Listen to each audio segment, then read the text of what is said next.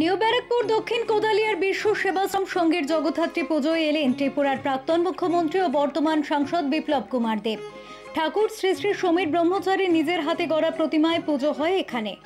বৃহস্পতিবার নবমীর সন্ধ্যায় উপস্থিত ছিলেন ঠাকুর সমীরেশ্বর ব্রহ্মচারী ছাড়াও প্রখ্যাত লোকসঙ্গীত শিল্পী সঞ্জিত মণ্ডল। নবমীতে এই পুজোর সপ্তমী ও অষ্টমীর পুজো হয়। পুজো শেষে ভক্তদের মধ্যে ভোগ প্রসাদ বিতরণ হয়।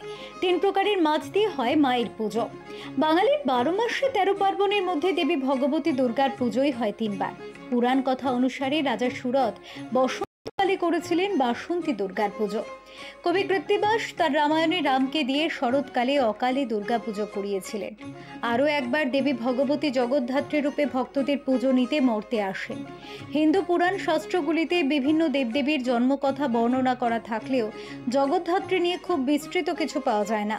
একমতে ত্রেতা যুগের সূচনায় করিন্দ্রাসুর নামে এক হস্তিরূপী অসুরকে বধ করার জন্য দুর্গার মতোই ব্রহ্মা বিষ্ণু মহেশ্বরের মিলিত তেজপুঞ্জ থেকে সিংহ বাহিনী চতুর্ভুজায় দেবীর জন্ম।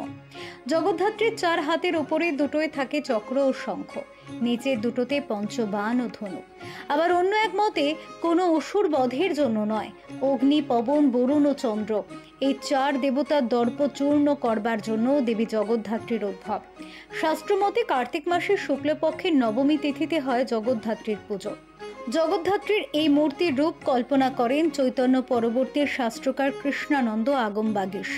কালীর মতো জগদ্ধাত্রী মূর্তিরও একটা রূপ বর্ণনা তিনি তার তন্ত্রসার গ্রন্থে লিপিবদ্ধ করে যান।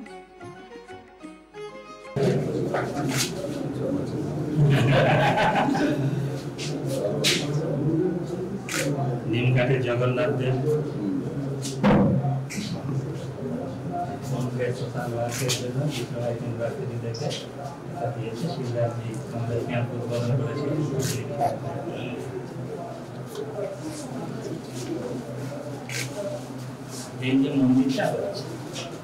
Bureau report, channel 10।